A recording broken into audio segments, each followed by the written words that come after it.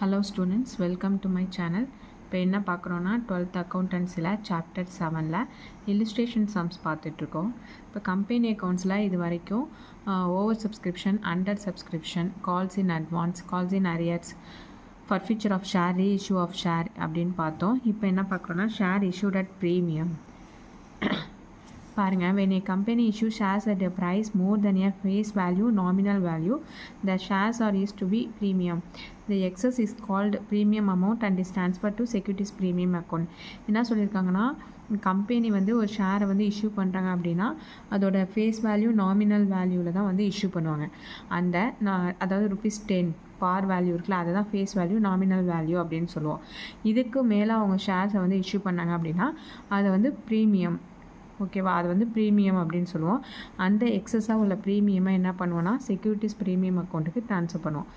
The amount of securities premium may be included in application money or allotment money or in a call. இப்போ இந்த security premium எதெல்லாம் include ஆகுனா application மணிலேயே include ஆகலாம், allotment மணிலேயே include ஆகலாம், இல்லை கால் மணிலேயே இன்க்ளூட் ஆகலாம், ஓகேவா.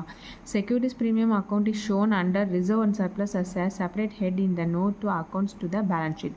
பேலன்ஸ் ஷீட்டில் நம்ம எங்கே போடுவோன்னா ரிசர்வ்ஸ் அண்ட் சர்ப்ளஸ் அப்படிங்கிற ரிசர்வ்ஸ் அண்ட் சர்ப்ளஸில் வந்து அது கீழே செப்பரேட்டாக நம்ம போடுவோம், ஓகேவா. இப்போ இதுக்கான ஜேர்னல் என்ட்ரிஸ் பாருங்கள். if premium is collected with the application மணியில் இன்க்ளூட் பண்ணியிருந்தாங்க அப்படின்னா என்ன ஜேர்னல் போடுவோம் அப்படின்னா, for receiving application money என்ன போடுவோம், bank account data to equity share application account அப்படின்னு ஃபஸ்ட்டு ஜேர்னல் என்ட்ரி தான் போடுவோம். அது அப்படியே போட்டுருவோம். நெக்ஸ்ட்டு அதுக்கான என்ட்ரி ட்ரான்ஸ்ஃபர் பண்ணுவோம்ல அப்ளிகேஷன் மணியை, அதில் மட்டும் இதில் செக்யூரிட்டிஸ் ப்ரீமியம் அக்கௌண்ட்ஸ் ஜாயின் பண்ணணும். Equity share application account data to equity share capital மட்டும்தான் போடுவோம். இப்போ வந்து அப்ளிகேஷன் மணியில் ப்ரீமியம் இருந்துச்சுன்னா செக்யூரிட்டிஸ் ப்ரீமியமை ஆட் பண்ணணும். இதே அலாட்மெண்ட் மணி கால் மணியில் இருந்துச்சு அப்படின்னா ஃபஸ்ட்டு என்ன பண்ணுவோம், டியூ அமௌண்ட் போடுவோம்ல, அதிலே வந்து கிரெடிட்டில் செக்யூரிட்டிஸ் ப்ரீமியம் அக்கௌண்ட் அப்படின்னு சொல்லிட்டு ஆட் பண்ணோம். இந்த பேங்க் அக்கௌண்ட்டை to equity share allotment or call account வந்து அப்படியே தான் வரும். நெக்ஸ்ட்டு ஃபர்ஃபீச்சரில் வந்து ப்ரீமியம் வந்து ரிசீவ் ஆகலை அப்படின்னா அது எப்படி போடணும்னா equity share capital account data, securities premium account data to equity share allotment to equity share call to ஃபர்ஃபீச்சர். எதெல்லாம் ஆகலையோ ஃபர்ஃபீச்சர் ஆகிருக்கோ அதை போட்டு செக்யூரிட்டிஸ் ப்ரீமியமும் போட்டுக்கணும், ஓகேவா. இது வந்து உங்களுக்கு சம் போட போட வந்து ஈஸியாக புரியும்.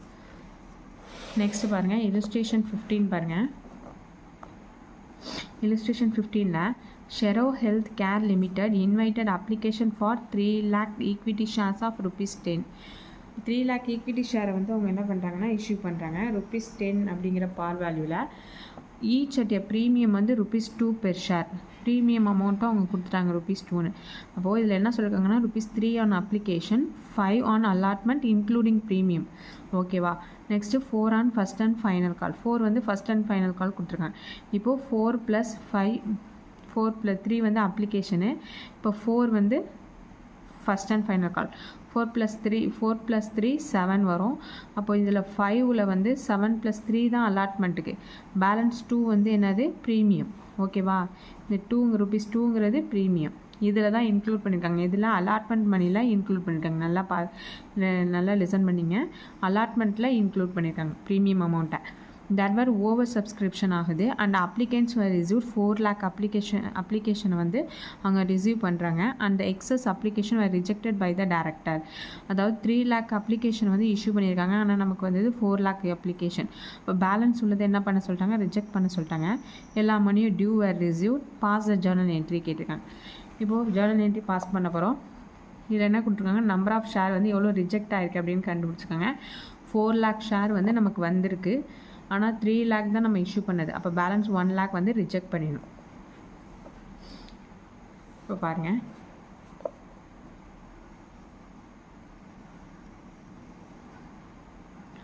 ஃபஸ்ட்டு ஜேர்னல் என்ட்ரிஸ் இந்த books of Shero health care limited journal entries, date, particulars, ledger, folio, debit, credit போட்டுங்க. ஃபஸ்ட்டு என்ட்ரி என்ன போடுவோம், அப்ளிகேஷன் மணியை ரிசீவ் பண்ணதுக்கான என்ட்ரி போடுவோம். Bank account data to equity share application, எவ்வளோ அப்ளிகேஷன் நம்ம ரிசீவ் பண்ணியிருக்கோம், 4 lakh அப்ளிகேஷன், ஓகேவா. அப்ளிகேஷன் மணியோட வேல்யூ 3. அப்போ 4 lakh × 3 12 lakh போட்டோம். அதுக்கான நரேஷனை வந்து எழுதிருங்க. நெக்ஸ்ட்டு அப்ளிகேஷன் ரிசீவ் பண்ண பிறகு என்ன பண்ணுவோம், அதை ஈக்விட்டி ஷேர் கேபிட்டலுக்கு ட்ரான்ஸ்ஃபர் பண்ணுவோம். அதுக்கான என்ட்ரி என்ன, equity share application account data to equity share capital account. இதில் பாருங்கள் எவ்வளோ அமௌண்ட் நம்ம ரிசீவ் பண்ணணும் அப்படின்னா, எவ்வளோ அமௌண்ட் நம்ம ரிசீவ் பண்ணியிருக்கோம் அப்படின்னா 3 lakh ஷேரை தான் இஷ்யூ பண்ணியிருக்கோம். ஓகேவா, அப்போ அந்த 3 lakh அப்ளிகேஷனை மட்டும்தான் நம்ம இஷ்யூ பண்ணியிருக்கோம். அதனால் 3 lakh எடுத்துக்கணும். அப்ளிகேஷன் மணி வேல்யூ 3, அப்போ 9 lakh அந்த அமௌண்ட் மட்டும்தான் நமக்கு வந்து ரிசீவ் ஆகும். அதை தான் ஷேர் கேபிட்டலுக்கு நம்ம ட்ரான்ஸ்ஃபர் பண்ணுறோம். 9 lakh. ஓகே, பேலன்ஸ் அமௌண்ட்டை என்ன பண்ணுவோன்னா நம்ம வந்து ரிஜெக்ட் பண்ணிடுவோம். ஓகேவா, இப்போது ரிஜெக்டட் அவனுக்கு என்ட்ரி பாருங்கள், equity share application account data to bank account. அதாவது நமக்கு வந்தது 4 lakh ஷேருக்கு உள்ள அமௌண்ட் வந்து ரிசீவ் பண்ணிட்டு வந்துருச்சு. அதை வந்து என்ன பண்ணோம், நம்ம இஷ்யூ பண்ணது 3 lakh ஷேர், அதை மட்டும் ஷேர் கேபிட்டலுக்கு ட்ரான்ஸ்ஃபர் பண்ணிட்டோம். Balance 1 lakh into 3, 4 lakh minus 3 lakh. 4 lakh நமக்கு வந்தது ரிசீவ் ஆகினது அப்ளிகேஷனு, 3 lakh வந்து நம்ம இஷ்யூ பண்ணது, ரெண்டுத்தையும் லெஸ் பண்ணிங்கன்னா 1 lakh வரும். இப்போ 1 lakh இன்ட்டு அப்ளிகேஷன் மணியோட அமௌண்ட் வந்து 3, இப்போ இன்ட்டு 3 போட்டிங்கன்னா 3 lakh money refunded for rejected application. ஓகேவா, இது அப்ளிகேஷனுக்குள்ளது புரியுதா. நெக்ஸ்ட் அலாட்மெண்ட்டுக்கு வரும்.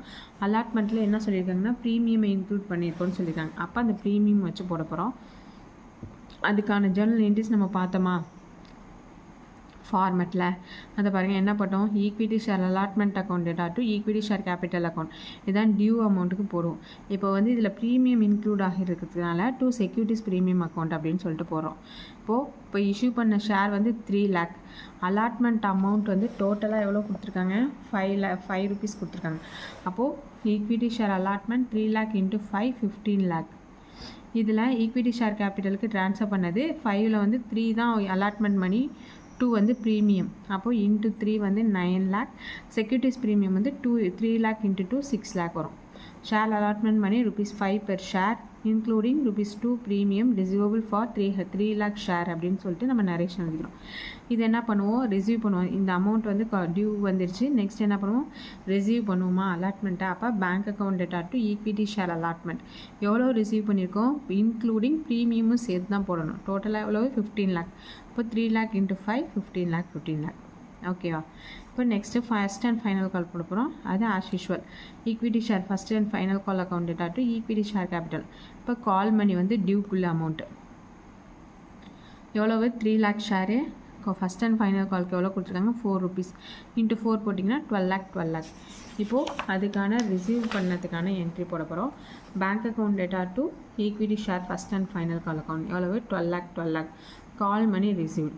ஓகேவா, இந்த சம் புரியும்னு நினைக்கிறேன். கொஞ்சம் செக்யூரிட்டிஸ் ப்ரீமியம் வச்சு போடுறது கொஞ்சம் கேர்ஃபுல்லாக லிசன் பண்ணி பாருங்கள். ஓகே, நெக்ஸ்ட்டு 16th பாருங்கள், illustration 16.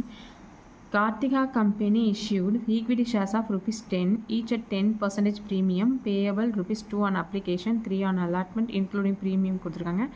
3 on first call, 3 on second and final call. அவங்க என்ன சொல்லிட்டாங்கன்னா, கார்த்திகா கம்பெனி வந்து எவ்வளோ ஷேர் இஷ்யூ பண்ணான்னு சொல்லலை, ஆனால் பார் வேல்யூ வந்து 10 rupeesக்கு இஷ்யூ பண்ணியிருக்காங்க. ப்ரீமியம் வந்து அதில் 10%. அப்ளிகேஷன் வந்து 2, அலாட்மெண்ட் வந்து 3ன்னு கொடுத்துருக்காங்க. ஃபஸ்ட்டு கால் வந்து 3, செகண்ட் கால் வந்து 3.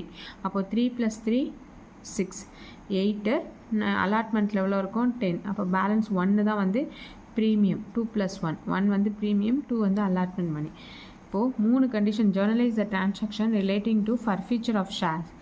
ஃபர்ஃபீச்சர் பண்ணியிருக்காங்க. என்னன்னா 3 சுச்சுவேஷன் கொடுத்துருக்காங்க. ஃபஸ்ட்டு சுச்சுவேஷன் பாருங்கள், மோகன் who holds 50 shares failed to pay the second and final call and his shares were forfeited. மோகன்கிற பர்சன் 50 ஷேரை வந்து ஹோல்ட் பண்ணிட்டார். செகண்ட் அண்ட் ஃபைனல் காலில் வந்து அவர் பே பண்ணலை. ஓகேவா, அதாவது இந்த ₹3க்குள்ளே தான் அவர் வந்து பே பண்ணாமல் விட்டுட்டார். அப்போ அதுக்கான ஜேர்னல் என்ட்ரிஸ் போட போகிறோம். இதில் வந்து செக்யூரிட்டிஸ் ப்ரீமியம் எதில் இருக்குது, அலாட்மெண்ட்டில் தான் இருக்குது. அதனால் வந்து இதில் வந்து செக்யூரிட்டிஸ் ப்ரீமியம் வராது. இப்போ ஃபஸ்ட்டு கண்டிஷன் பாருங்கள், அதுக்கான சொல்யூஷன் போடுறோம். இந்த books of Keerthika company journal entries போட்டுங்க.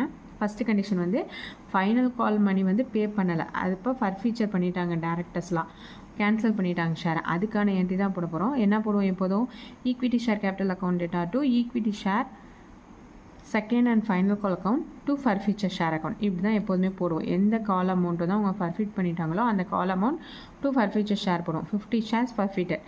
எவ்வளோ ஷேர் ஃபர்ஃபீட் பண்ணியிருக்காங்க, 50. அப்போ 50 into face value 10, 50 into second call money வந்து second and final call money வந்து 3. அப்போ இன்ட்டு 3 அப்போ பேலன்ஸ் 7 வந்து என்னது ஃபர்ஃபீச்சர் ஆகிடுச்சு. அப்போ 50 into 10 500, 50 into 3 150, 50 into 7 350. அதை மட்டும் நோட் பண்ணிங்க. ஓகேவா? நெக்ஸ்ட் சிச்சுவேஷன் பாருங்கள். மோகன் who holds 50 shares failed to pay the allotment money. First call and second and final call money and his share his forfeited. இதில் என்ன சொல்லியிருக்காங்கன்னா 50 ஷேரை வந்து அவங்க பே பண்ணவே இல்லை. எப்போ உள்ளதுன்னா அலாட்மெண்ட் மணி அப்போயும் அவங்க பே பண்ணல. அப்போ ஃபஸ்ட்டு காலும் பே பண்ணியிருக்க மாட்டாங்க, செகண்ட் காலும் பே பண்ணியிருக்க மாட்டாங்க. அதனால் ஃபர்ஃபீச்சர் ஆகிடுச்சு. இப்போ இதுக்கான ஜர்னல் என்ட்ரிஸ் எப்படி போடலான்னு பார்க்கலாம். when allotment first call money and second call money is not paid, அப்போது பே பண்ணலை. இப்போ அலாட்மெண்ட் வந்திருக்கிறதுனால இதில் தான் என்ன இருக்குது, ப்ரீமியம் இருக்குது. ஓகேவா? அவங்க ப்ரீமியம் வச்சு இதில் தான் கொடுத்துருக்காங்க. அப்போ அந்த செக்யூரிட்டிஸ் ப்ரீமியம் அப்படிங்கிற ஒரு அக்கௌண்ட்டை ஓப்பன் பண்ணணும். அதுக்கு எப்படி பண்ணுவீங்க? ஓப்பன் பண்ணணும்னா share capital account data, securities premium account debit, அதையும் டெபிட் தான் பண்ணணும். டெபிட் டேட்டா டு எந்தெந்த அக்கௌண்ட் வந்து ஃபர்ஃபீச் ஆகிட்டுனா to share allotment, to first call, to share second and final call account, to share forfeited. ஓகேவா? எந்த இந்த வந்து நம்ம ஃபர்ஃபிட் பண்ணியிருக்காங்களோ பே பண்ணலையோ அது எல்லாத்தையுமே எழுதிட்டு கடைசியில் ஃபர்ஃபீச்சர் ஷேர் எழுதணும். அதே மாதிரி எதில் ப்ரீமியம் வந்து இன்க்ளூட் ஆகிருக்கோ அது வந்து ஃபர்ஃபீச்சர் ஆகிடுச்சுன்னா செக்யூரிட்டிஸ் ப்ரீமியம் அக்கௌண்ட் ஒரு அக்கௌண்ட் ஓப்பன் பண்ணணும். ஓகேவா? இப்போ ஷேர் கேபிட்டலில் பார்த்தீங்கன்னா 50 ஷேர் தான் அவங்க ஹோல்ட் பண்ணியிருக்காங்க. அப்போ 50 into 10 500. நெக்ஸ்ட்டு ப்ரீமியம் எவ்வளோ சொல்லியிருந்தோம்? 3 வந்து அலாட்மெண்ட் சொல்லியிருந்தாங்களா? 3 including premium. அப்போ 2 வந்து அலாட்மெண்ட், 1 தான் ப்ரீமியம். அப்போது 50 into 1 50. ஷேர் அலாட்மெண்ட்டுக்கு ஓவராலாக எவ்வளவு 3ன்னு கொடுத்துருக்காங்க. அப்போ அந்த 3 தான் போடணும், 2 போடக்கூடாது. அந்த 3 இன்க்ளூடிங் ப்ரீமியமும் சேர்த்து தான் இங்கே போடணும். ஓகேவா? அப்போ 50 into 3. நெக்ஸ்ட்டு ஃபஸ்ட்டு காலுக்கு 3 கொடுத்துருக்காங்க. அப்போது 50 into 3 அதுவும் 150. ஃபைனல் காலுக்கு 50 into 3 150. ஸோ எவ்வளோ ஆட் பண்ணுங்கள்? 3 + 3 6 7 8 9. இப்போ பேலன்ஸ் எவ்வளோ வரணும்? இங்கே 11 இருக்குது. 10 + 1 11. அப்போது 11 - 9 2. இப்போ இந்த 2 தான். ஓகேவா? 50 into 2 ஃபர்ஃபீச்சரான ஷேர் 100 போட்டோமா? 50 ஷேர் ஃபர்ஃபிட்டட். இப்போ தேர்ட் கண்டிஷன் என்ன சொல்லியிருக்காங்கன்னு பாருங்கள். Mohan, who holds 50 shares, failed to pay the allotment money and first call and his share were forfeited after the first call. ஓகேவா? என்ன சொல்லியிருக்காங்கன்னா மோகன் வந்து 50 ஷேரை வந்து fail to pay the allotment மணிலே பே பண்ணலை அண்ட் ஃபஸ்ட்டு கால்லையும் பே பண்ணல. ஆனால் ஹிஸ் ஷேர் வந்து ஃபர்ஃபிட் பண்ணிட்டாங்க. எப்போனா ஃபஸ்ட்டு காலுக்கு அப்புறம் தான் ஃபர்ஃபிட் பண்ணியிருக்காங்க அப்படின்ட்டுருக்காங்க. ஓகேவா? ஃபஸ்ட்டு காலை விட்டுட்டாங்க. ஆஃப்டர் த ஃபஸ்ட்டு காலுக்கு அப்புறம் தான் ஃபர்ஃபிட் பண்ணியிருக்காங்க. இப்போது அவங்க ஃபஸ்ட்டு கால் அமௌண்ட்டு மட்டும், அதாவது ஃபஸ்ட்டு காலுக்கு அப்புறம் உள்ளதை ஃபர்ஃபிட் பண்ணல, அதுக்குள்ளே தான் அலாட்மெண்ட் மணி ஃபஸ்ட்டு கால் வந்து ஃபர்ஃபிட் பண்ணியிருக்காங்க. செகண்ட் காலை அவங்க எடுத்துக்கல. ஓகேவா? இது ஃபஸ்ட்டு கால் வரைக்கும் தான். செகண்ட் காலை அவர் பே பண்ணிட்டார். ஃபஸ்ட்டு காலும் பே பண்ணல, அலாட்மெண்ட்டும் பே பண்ணல. புரியுதா?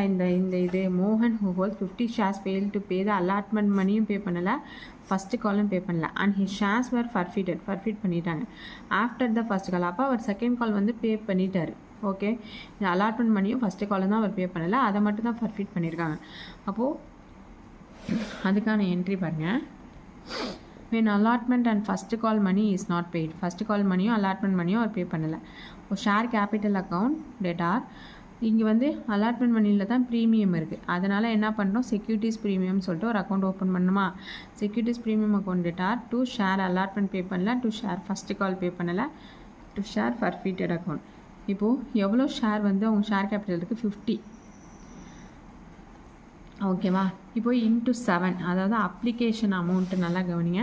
அப்ளிகேஷன் அமௌண்ட் 2 இருக்குது, அதை எடுத்துக்கிறோம். நெக்ஸ்ட் அலாட்மெண்ட் பண்ணால் எவ்வளோ இருக்குது? 3 இருக்குது. நெக்ஸ்ட்டு ஃபஸ்ட்டு கால் அமௌண்ட் 3 இருக்குது, ஃபைனல் கால் அமௌண்ட் 3. அப்போ அந்த 10ல் 3 மட்டும் விட்டுடுங்க. விட்டுட்டா பேலன்ஸ் எவ்வளோ இருக்கும்? 7. ஏன்னா இது செகண்ட் கால் அமௌண்ட் அவர் பே பண்ணிட்டார். அப்போ 50 into 7. Security premium 50 into 1. 50 into 7 போட்டிங்கன்னா 350. 50 into 1 போட்டிங்கன்னா 50. ஷேர் அலாட்மெண்ட்டுக்கு 50 into 3 இன்க்ளூடிங் ப்ரீமியம் தான் 150. First call amount 50 into 3 150. அப்போ 3 + 3 6. இங்கே 8 இருக்கா? 8 - 6 = 2. அப்போ ஃபர்ஃபிட்டான ஷேர் வந்து 50 into 2 100. ஓகேவா? நரேஷன் 50 ஷேர்ஸ் ஃபர்ஃபிட்டட்னு போட்டுருங்க. ஓகேவா? செம்ம கேர்ஃபுல்லாக போடுங்க. 3 கண்டிஷனில் வந்து இதை கொடுத்துருக்காங்க. எப்படி போட்டிருக்காங்கன்னு சொல்லிட்டு நல்லா அண்டர்ஸ்டாண்ட் பண்ணிவிட்டு சம்ம போடுங்க. ஓகேவா? ஏதாவது டவுட் இருந்துச்சுன்னா கமெண்ட் செக்ஷனில் கமெண்ட் பண்ணுங்கள். தேங்க்ஸ் ஃபார் வாட்சிங்.